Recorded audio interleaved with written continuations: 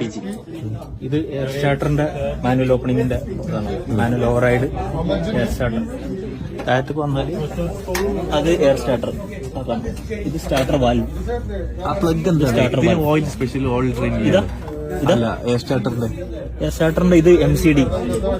സ്റ്റാർട്ടറിന്റെ MCD അതേപോലെ oil fill ചെയ്യേണ്ടതും drain ചെയ്യുന്ന പോയിന്റുകളും ഉണ്ടാവും. അത് ചിലപ്പോൾ മറ്റു സൈഡിൽ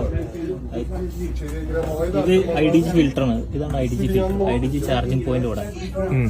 ഇത് പുഷ് വെന്റാണ്. ഇതിങ്ങനെ പ്രസ് ചെയ്ത് കഴിഞ്ഞാൽ അതിൽ പ്രഷറൈസ് ചെയ്ത എയർ റിലീസ് ആക്കാൻ പറ്റില്ല സംഭവം. ഇതിങ്ങനെ പ്രസ് ചെയ്തിട്ടാണ് നമ്മൾ ലെവൽ ചെക്ക് ചെയ്യുക. IDG പോപ്പ് ഔട്ടാ IDG പോപ്പ് ഇതാണോ? ഇത്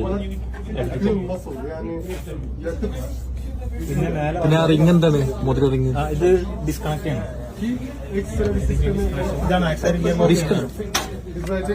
ഗിയർ ബോക്സ്.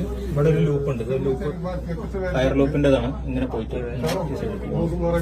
ഫാൻ മൊഡ്യൂളിന്റെ ഇത് വരുന്ന metering unit, fuel metering unit. ഇത് ഫ്യൂൽ മീറ്ററിംഗ് യൂണിറ്റിന്റെ ഇലക്ട്രിക്കൽ പോർഷൻ. ഇത് അതിന്റെ വാൽവ്, മീറ്ററിംഗ് വാൽവ് കാര്യങ്ങളൊക്കെയുള്ള പോർഷൻ. പിന്നെ ഇത്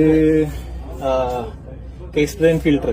ഇതിന്റെ ഹൈഡ്രോളിക് കേസ് ഡ്രെയിൻ ഫിൽട്ടർ. ഇത് IDG ഫ്യൂൽ ഓയിൽ കൂളർ. പിന്നെ thrust reverser actuator number 3.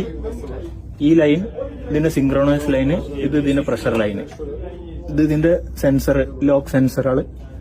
LVDT അവിടെ വരിക.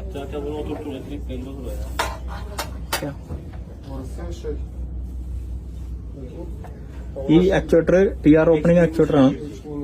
ഈ ആക്ച്വേറ്റർ പഴയ 320 അല്ല 3737 ഡിഫറെന്റ് ആയിരിക്കും. ഇതിങ്ങനെ ഡിസ്കണക്ട് ചെയ്തിട്ട് ഇവിടെ ഹുക്ക് ചെയ്യണ ടൈപ്പാണ്. ഒരു ചെറിയ ഡിഫറൻസ് ഉണ്ടാവും. ഫാൻ കൗണ്ട് ഇത് സെർവോ ഫ്യൂൽ ഹീറ്റർ ആണ്. ഇത് സെർവോ ഫ്യൂൽ ഹീറ്റർ.